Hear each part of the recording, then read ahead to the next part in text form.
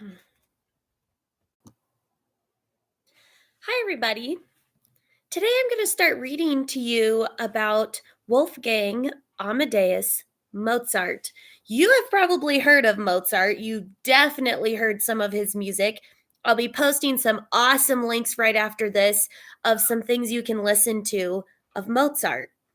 But this book is awesome. It tells you a lot about him, and he is quite an interesting person.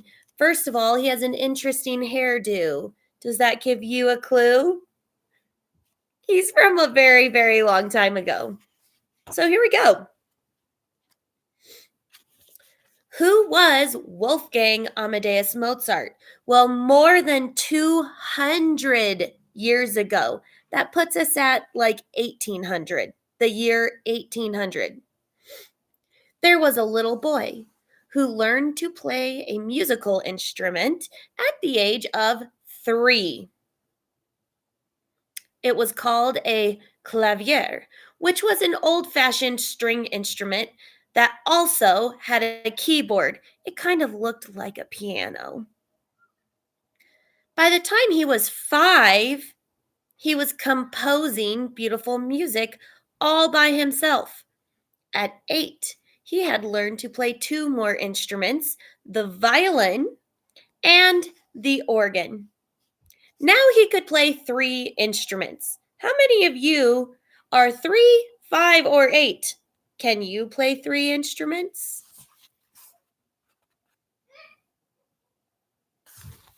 Okay. His father was a musician too. He wanted everyone to pay attention to his talented son, but some people had a hard time believing that a small boy could be so talented. They thought his father had written music for him, or that the boy wasn't a child at all, but a very small adult. There had to be some kind of trick. A man who was both a lawyer and a musician decided to find out. He tested the boy for many hours.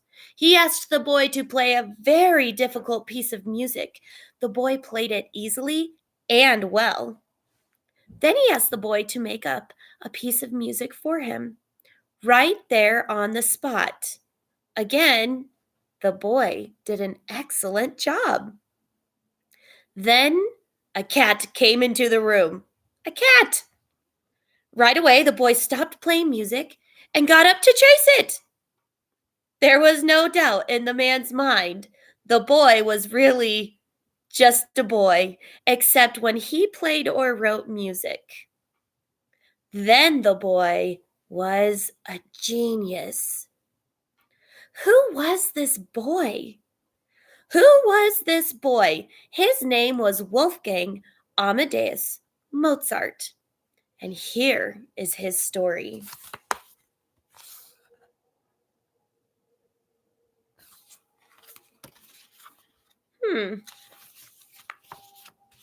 Chapter 1, Little Boy, Big Talent. Papa Leopold Mozart was very strict. He was a composer and a violinist in Salzburg in Austria. When he was finished working for the day, Leopold came home and gave his daughter and son music lessons. Over and over they played what he taught him. They spent hours every day practicing. Both children became very good musicians, but the boy, Wolfgang, was even more talented than his sister. Wolfgang was born on January 27th, 1756, in Salzburg, Austria. On this little map, you'll see a star that shows where Salzburg is in Austria, and it's in the old land of Germany. There you go. So over in Europe. 6 children had come before Wolfgang. So he was the baby of the family. But only Wolfgang and his big sister, Maria Anna, lived past their first birthdays. Back then, when babies or young children got sick, there were no medicines like there are today.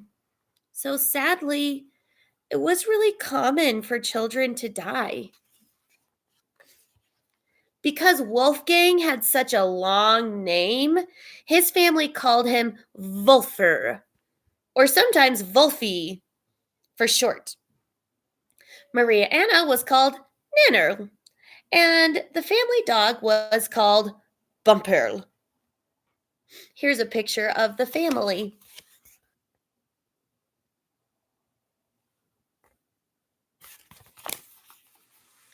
When Nannerl, that's the nickname for the sister, was 7, Papa Leopold started teaching her how to play the clavier, that piano thing. Wolfie, who was only 3, could not keep away from the lessons. He would sit on the floor listening to the music while she played. But Wolfgang, was not satisfied. He wanted more. He wanted to play too. After Nannerl's lesson was over, he went up to the clavier. He was so small that he had to stand on his toes to reach the keys. He tried one note and then another. He liked the sounds that came out of the clavier. They made him smile, but when he played 2 notes he didn't like, it made his ears hurt. He'd become so upset that he'd cry. Even as a tiny child, Wolfie knew which notes sounded right together and which notes did not. Papa Leopold started giving Wolfie lessons too. Soon, Wolfie could play all the tunes in Nannerl's music book.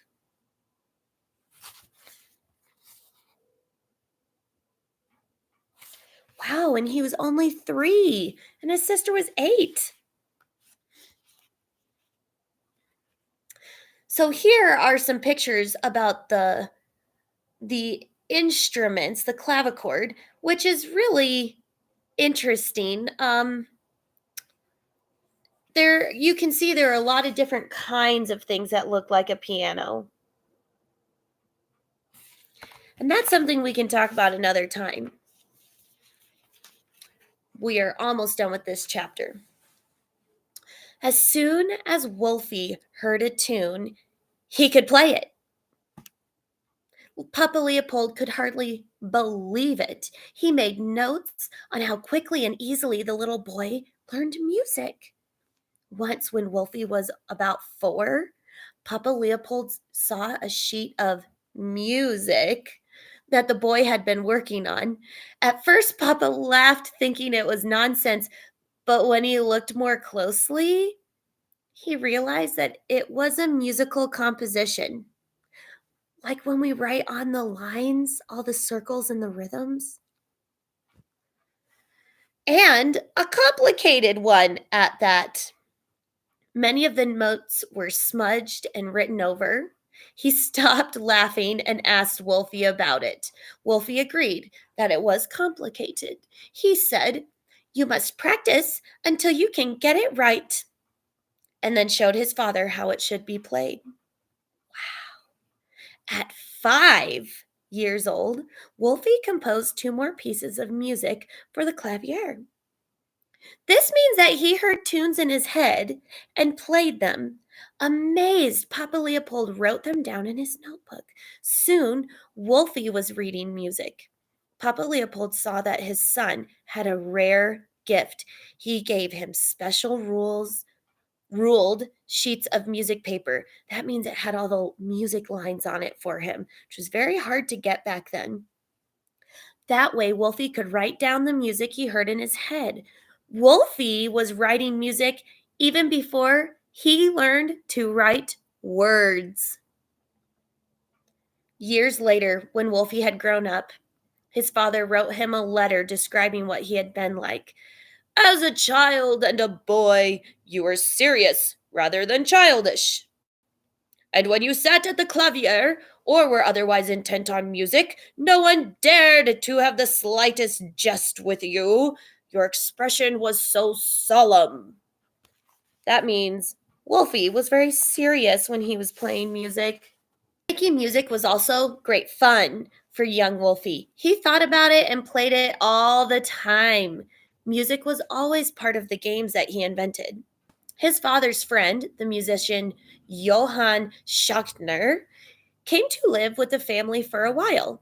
He wrote, if he and I, were carrying his toys from one room to another, the one of us who went empty handed always had to sing or fiddle a march as we went. Writing music let Wolfie express all his feelings. When he was happy, he would make up a fast tune, like an allegro, which means fast. When he felt sad, he would make up a slow tune called an andante. These are Italian words that composers and musicians use to describe how the music should be played. When a piece of music should be played very slowly, it is called an adagio. Why don't you try that? Adagio. That's slow. If it should be played fast, it is a presto. Try it. Presto. That's fast. Soft tunes played lightly are called piano or pianissimo. Most of you know that. Try it. Piano, pianissimo. Loud tunes are labeled forte or fortissimo. Try it. Forte or fortissimo. Like many children in the 18th century, the 1700s, Wolfie and Daniel did not go to school. Kind of sounds like us lately. They spent the days in their small house, where Papa Leopold was their only teacher for music and everything else. With Papa Leopold's help, Wolfie and Daniel studied reading, writing, arithmetic, that's math, history, and geography. Later, when Wolfie started traveling, he learned foreign languages like Italian and French. Wolfie and Daniel grew up speaking German like everyone else in Austria, too. He also studied the ancient language of Latin. Papa was strict with lessons, as he was with everything. Wolfie's mother, Anna Maria, was not as strict. Her father was a bass singer, so she knew about music. But although Mama sometimes tried to shield Wolfie and Daniel from Papa's anger, she never openly went against him either. Mostly, she agreed to what Papa Leopold wanted. One day, Leopold invited some musicians to his house. They were going to practice a piece of music that Leopold had written for the harpsichord and two violins. The harpsichord is one of those kinds of pianos. Wolfie, who was not quite 7, came into the room holding a small, half-sized violin. That means it was just a small violin for a child. Papa Leopold had gotten the violin for Wolfie, but Papa hadn't started giving him lessons yet. Wolfie wanted to play with his father and his friends, but Papa Leopold said no. Wolfie had to wait until he learned how. Wolfie began to cry. One of the musicians was Papa's friend, Johann Schachtner. He felt sorry for the little boy. He invited Wolfie to come play alongside him. He told Leopold that if Wolfie played softly, no one would hear him play. That way, Wolfie would not disrupt the practice.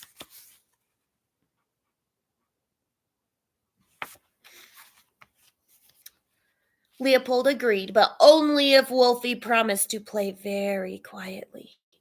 The musicians started playing.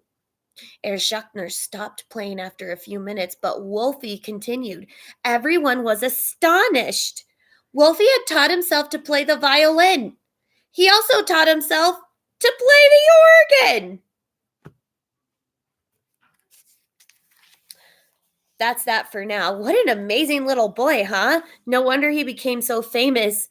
And now, over 200 years later, we're still talking about him and we still listen to his music. So, in the comments of this video, I'll be sharing some other videos of his things that you can listen to, and then you'll know who we're talking about. Okay, until next time.